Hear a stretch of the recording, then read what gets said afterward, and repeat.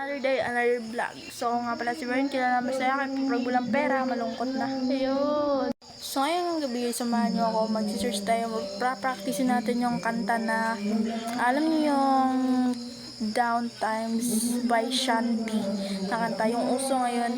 So yun, pa-practice natin yun, yung whole lyrics niya talaga. So tara, samahan nyo ako, let's go.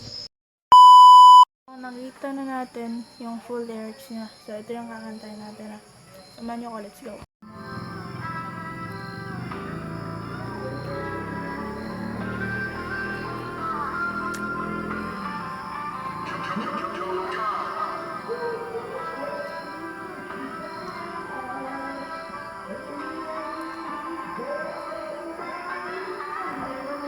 Bukang bibig sa Diyos, yung naririnig mo ba ako? Ikaw lang pwedeng manghusga sa aming pagkatao. Di ko masunod yung iba kong pinapayo.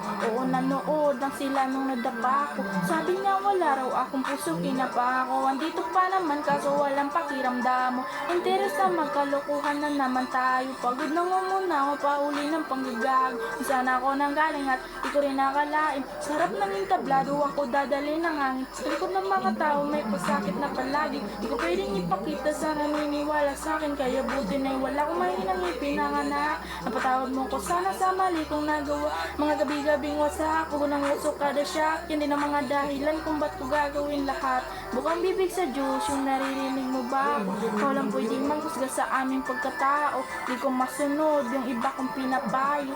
Oo, nanood lang sila nung nadapa ko. Sabi niya wala raw akong puso, kinapa ako. Andito pa naman kaso walang pakiramdam. Interes na magkalokohan na naman tayo. Pagod na nga muna ako, pauli ng paggag.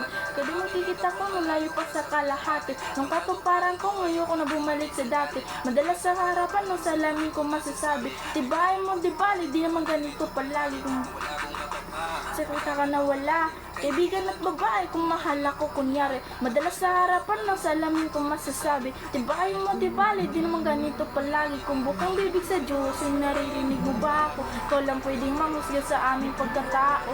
Di ko masunod yung iba kong pinapayo. Oo, nanood lang sila nung nadapa ko. Sabi niya wala raw akong puso, kinapa ako. Andito pa naman kaso walang pakiramdam.